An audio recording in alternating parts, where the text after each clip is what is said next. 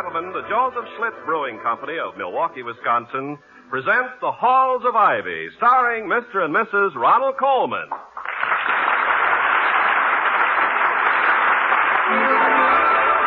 I was curious. I tasted it. Now I know why Schlitz is the largest selling beer in America. No wonder it's the beer that made Milwaukee famous. If you like good beer, you'll find it pays to be curious and learn about Schlitz for yourself. And now, The Halls of Ivy.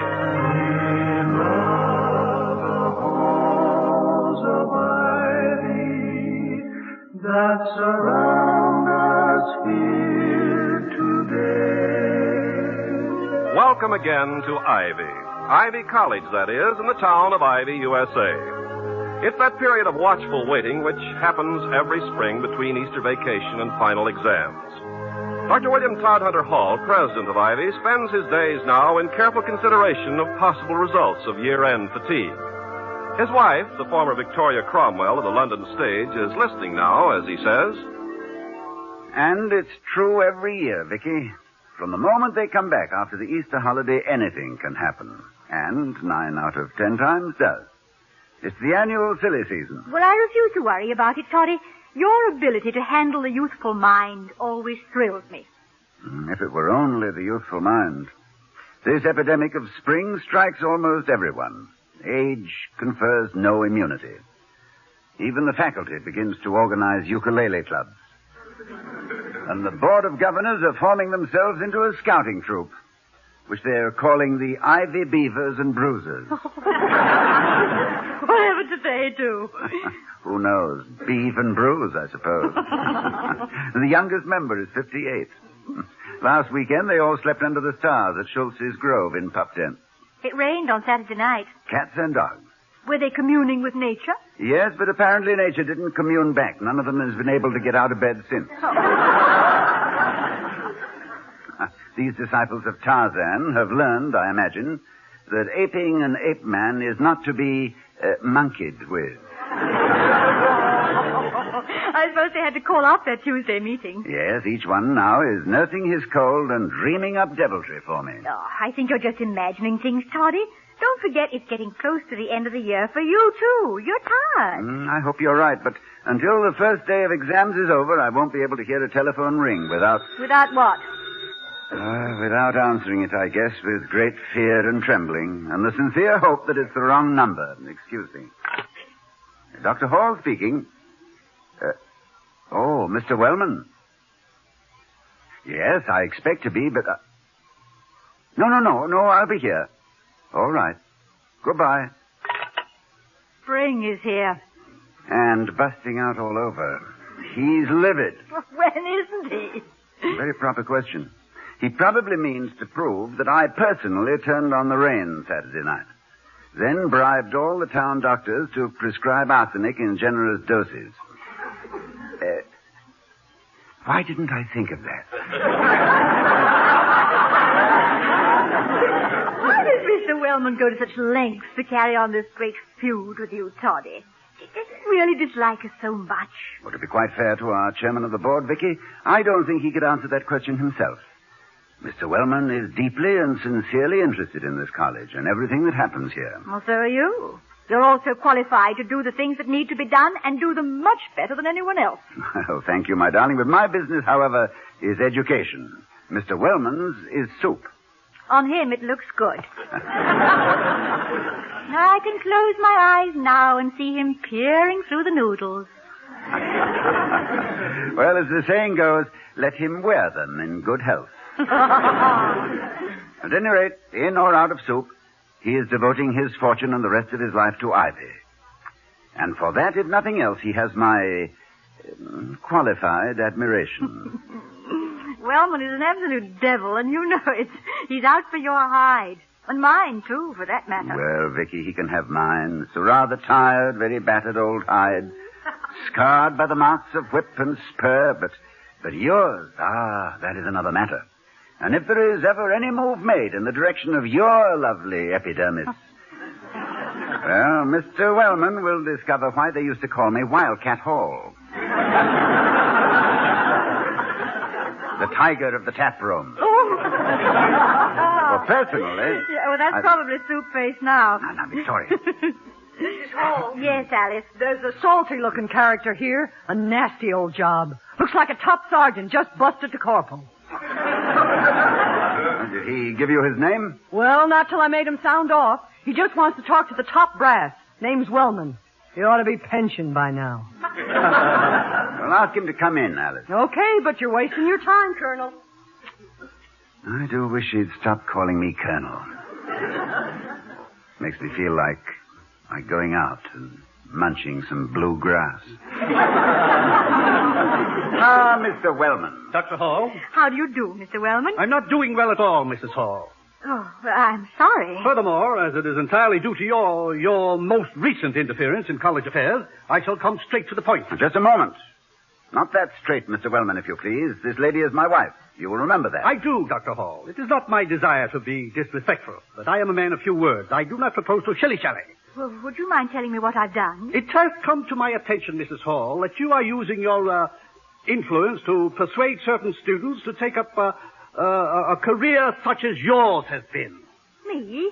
Persuading students? What, you mean to go on the stage? Oh, how ridiculous. I shall have to ask you to be more specific, Mr. Wellman. It has come to your attention. Through whom? And who are certain students? I am not at liberty to mention names at this moment. Then you have grossly overstepped your authority to have mentioned this at all. I shall take it up with the board at once. You will take it up. I will take it up, Doctor, tomorrow at a special session. You apparently don't question the truth of this accusation at all, do you, Mr. Wellman? Hardly. The source is beyond reproach. And I take it that is more than you can say for Mrs. Hall or myself. I have a high regard for you, Dr. Hall, and Mrs. Hall, professionally. I have never believed, however, that your two professions could be fused. My argument this time has, I think, been proved. You firmly established, then, that I'm a menace to Ivy. That, Mrs. Hall, is a rather extreme way of stating it, but I must admit... Mr. Wellman. What is it? You've gone pretty far with me before. I've tried to be fair, to be understanding. May I offer you a word of advice? Pray do. You had better be right this time. Good day, Dr. Hall. Good day. Pompous, fatuous, self-righteous ass. Really? No. What the devil's he talking about anyway? And the foggiest idea. Does it worry you, darling? Oh, how could it worry me? I know how you behave with students. You're wonderful with them, and any influence you ever used has done them good. Hey, Colonel. Who, what? Oh, me, yes. It's you. What is it? Well, I heard that old buzzard screaming in here, so I give his orders a little frisk. You did what? I cased his effects and sifted his knapsack. Alice. Yes, ma'am. At ease. Oh, thank you, ma'am. Now, what are you saying? I lifted some papers. Thought we might go through them before tap, get the case broken by reveille, and go into the court-martial with our heads up and tails over the dashboard.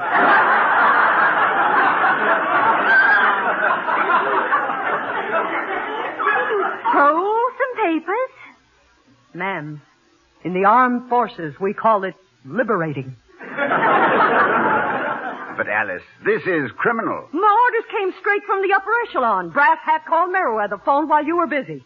Merriweather? Yep, gave me my orders, told me just where the papers were, told me to snatch them. He's phoning you later, so read them, Colonel. Go ahead, read them. Certainly not. Well, I will. I'm the prisoner anyway. I see. What's this? Oh, look, Toddy. Victoria, you must not go through Mr. Wellman's private correspondence. Dull though it probably is. Why not? He's making a business of going through my private life. Here, this envelope's marked in pencil. Case of Betty Garnet, Victoria Hall. Betty Garnet? My gosh. That's the first time I ever heard you say my gosh, Victoria. Now, if you can only learn to follow batting averages and chew gum... Oh! Why, what's the matter? I don't have to read Mr. Wellman's mail. I know now. Well, tell me. Betty Garnet is the most talented youngster in this school. Theatrically, that is. She was the toast of the Junior Follies. You know about that. But what you don't know is that I wrote her mother a letter. Did you? Why? Because I thought she was wonderful. I sat down and poured out all my enthusiasm about her to the one person who ought to love it, her mother. But I certainly didn't suggest that she should run away from school and join a burlesque company or something. No, of course you didn't. Writing her mother was a fine thing to do. I'm just trying to think why the name of Garnet rings such a bell with me. Garnet. Anyway, I can't understand why there should be such a fuss about a highly complimentary letter to a parent. Oh, I can. What, you mean that simply because you were an actress and the letter came from you Exactly. I'm an actress, or was, so anything from me is sinful and sinister. Oh. Now, can anyone be that narrow in this enlightened age? If this age is enlightened, Toddy, there's a certain dim bulb named Wellman who... I'll get it. Dr. Hall speaking. Doctor Merriweather. Oh, hello, Mr. Merriweather. Yeah, I'll make this brief, Doctor. I told that military gargoyle of yours to swipe those papers because I think this whole thing is absurd. Tempest in a crackpot. And you know who I mean. I do indeed. Yeah, I wanted you to be prepared, Doctor. Mrs. Garnet will be here tomorrow for the meeting. You know the type. Thin-lipped and thick-headed. He's demanding that Mrs. Hall be forbidden further contact with the students. What? Forbid my wife to... That's what her letter said. Being as how she contributed more than $250,000 to the school in the last 2 years, the governors think she's a highly cultured lady. Well, what do you think? I think she's an eagle-beak ghoul. I shall insist on having Mrs. Hall's letter read at the meeting. No, you won't have to insist, Doctor. There's a man who can hardly wait to read it. He's rehearsing already. With gestures. Gestures like cutting a throat. Yeah, I know the man you mean, Mr. Merriweather. My jugular vein is his favorite target. He's a little more determined than usual this time. Oh, why? Well, nepotism raises its curly little head here, Doctor. You see, Mrs. Garnet's maiden name was Wellman. She's his sister. And what do you say to that? Oh, brother.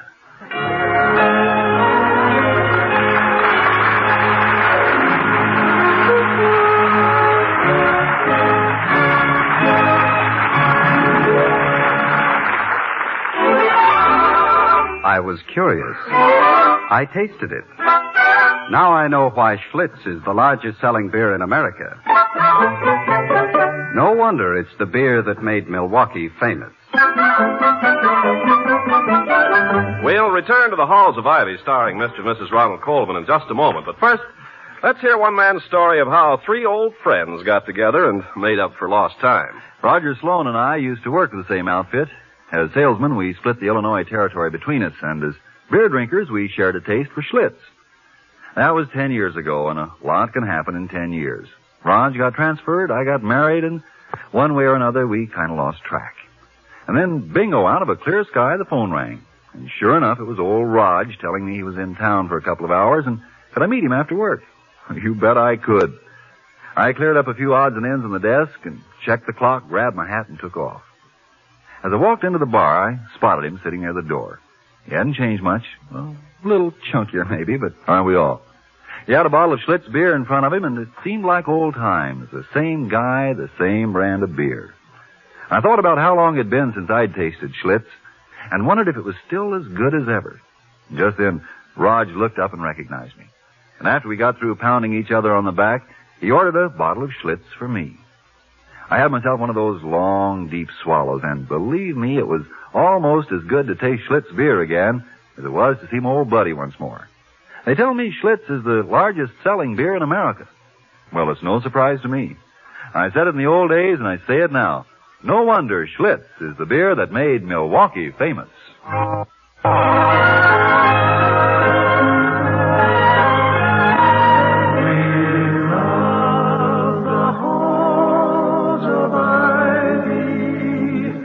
That surround us here today. A very serious meeting of the Board of Governors is drawing to a close. Dr. Hall has been harried and beset for 2 long hours by the sniping of Mr. Wellman and the snobbery of Mrs. Garnet. The president of Ivy is speaking. And in conclusion, Mrs. Garnet and gentlemen, may I say this? Having heard Mrs. Hall's letter, and forgetting for the moment that she's my wife, I think we're fortunate indeed to have such warmth, such understanding, quite by accident, on this campus. If my recognition of her virtues could be called an accident. Remembering again that she is my wife, my pride in her knows no bounds. Mrs. Garnet and members of the board, a college such as Ivy is made up of more than bricks, mortar, and books. There are elements even more important than what we call learning. It is our tradition to furnish proper equipment for life. And whether we do it with textbooks, songs, good talk, or simple understanding of our fellows, doesn't matter. Mrs. Hall has been an invaluable contributor.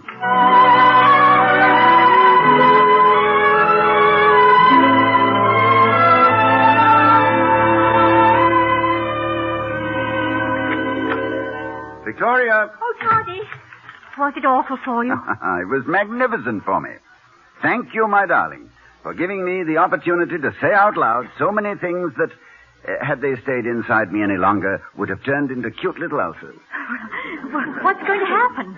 I have invited Mrs. Garnet to tea with her brother. Oh, no. What kind of tea shall we serve? Hemlock? I don't look forward to it either, my dear. But I thought it highly unfair that you shouldn't get a crack at her, too. As long as she's here. Well, I could have lived without it. Oh, I know. But one can't let a person go about the world accusing other persons of one thing or another. Just because one knows only one class of person. I mean, can one? Would you mind repeating the question? Yes, darling, I would. But we'll give Mrs. Garnet an abridged 4-year course in world understanding over 1 cup of tea. Lots of sugar. All right, Toddy. I'll do the very best I can. Oh, you don't have to do anything. Did anyone call while I was out? Yes, and strangely enough, Betty Garnet. She asked if she could see me this afternoon, and not knowing of these plans of yours, I said yes. Well, let her come. It'll be a nice surprise for her. Hey, Colonel. Oh, yes. Me. Well, what is it, Alice? The old buzzard's back. Got a vulture with him.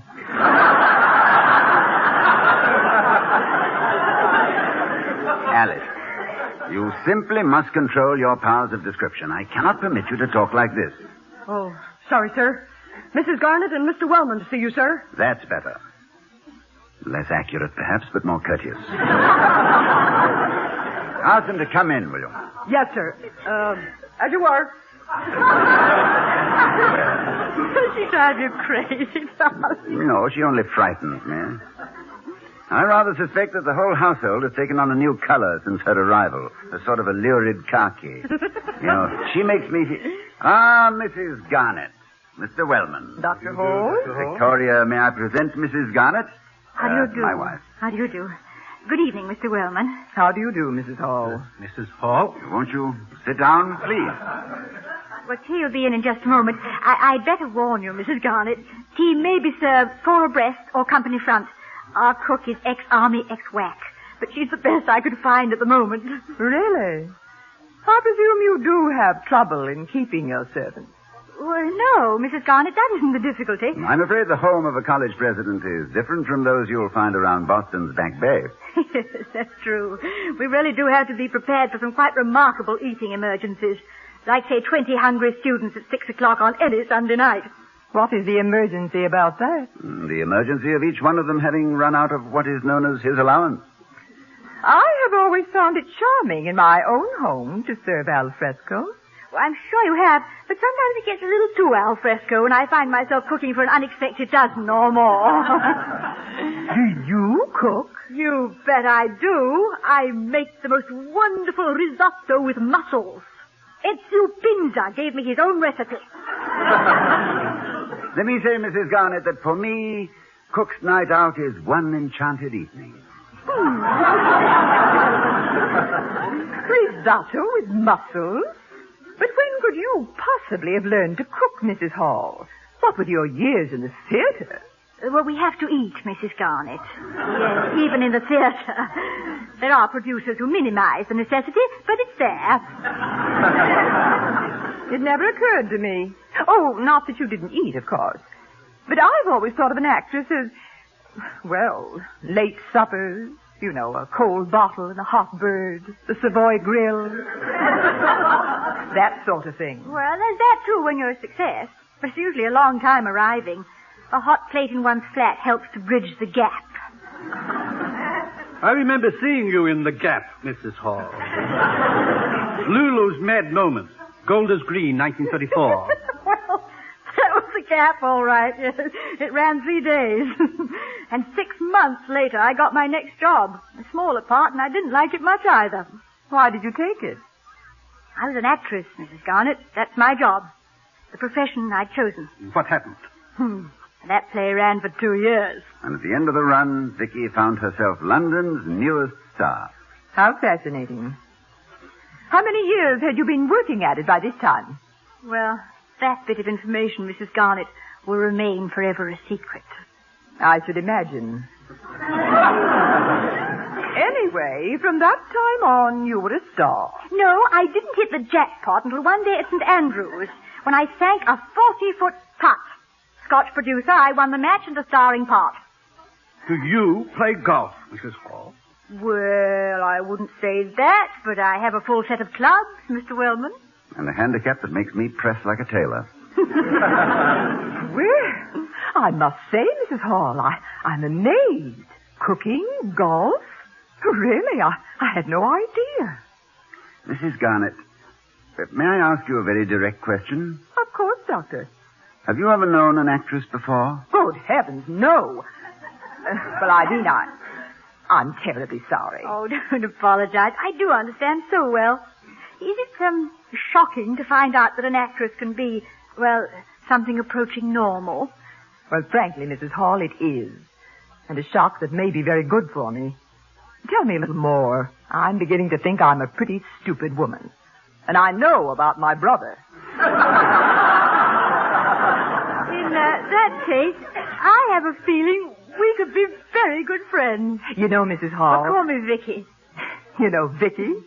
My name's Grace, by the way.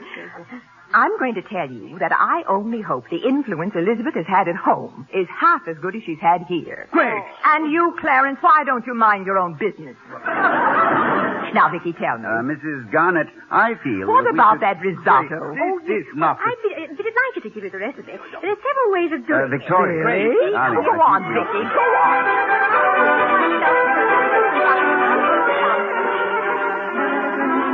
Have you ever tried to get into a conversation when two women who have suddenly discovered each other are talking?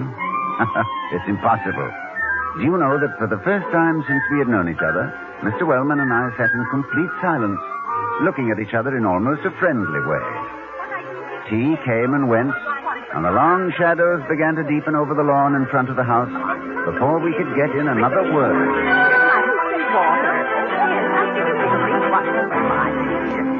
That's a wonderful recipe, Vicky. I'm going to try it as soon as I get home. Oh, good. Pardon me, Yes, Mrs. Hall. Alice. There's a Miss Betty Garnet to see you, ma'am. Oh, Elizabeth. She doesn't even know I'm in town. Well, ask her to come in, Alice. She said, ma'am, for you to come to the living room window. She's got a surprise for you. There's a lot of personnel with her. Just tell the girl her mother's here. No, wait a moment, Mr. Wellman. Let's see what she's up to. Well, why don't you all just sit still for a moment? Betty! Yes, Mrs. Hall? What's all that crowd doing with you? Oh, will you stay right where you are? You look so pretty framed in the window like that. Oh, thank you. You know, we didn't do much after the Junior Follies were over, but we thought about a lot. Mostly about you, because the Follies was you. You had the patience of a saint. You never stopped working with us, and you beat our brains out in the nicest way anybody could. And you gave us the best Follies in the history of Ivy. You know something? We love you. And we want to tell you so in the best way we know. We can sing better than we can talk anyway.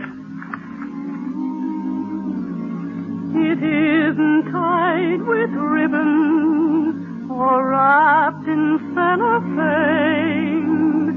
The gift we bring is gratitude expressed in this refrain.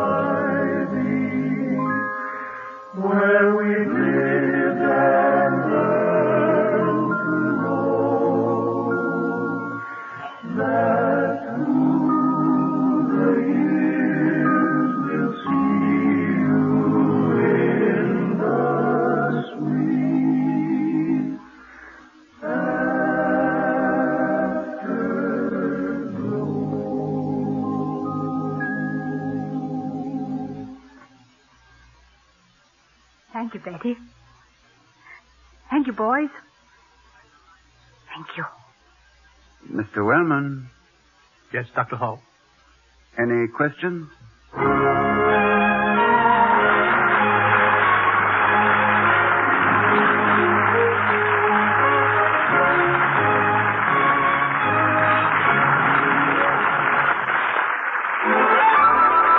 I was curious. I tasted it. Now I know why Schlitz is the largest selling beer in America. No wonder it's the beer that made Milwaukee famous. And here again are Mr. and Mrs. Ronald Colvin. Oh, Toddy, I do hate moving day, don't you? Despise it. Except that in this case, there are no brawny moving men peering into the old refrigerator in hopes of finding an overlooked bottle of something or other. Are you all packed here? All packed. I say, Vicky, do you suppose our friends will be able to find us again after we move? Well, it'd be dreadful if they couldn't. Better make it very explicit, William. Very well. All right. Ladies and gentlemen, beginning May the 10th, the Halls of Ivy will move to Wednesday nights over the same NBC station. Your local paper will give you the exact time. We hope you'll join us next Wednesday night. Good night. Good night, everyone.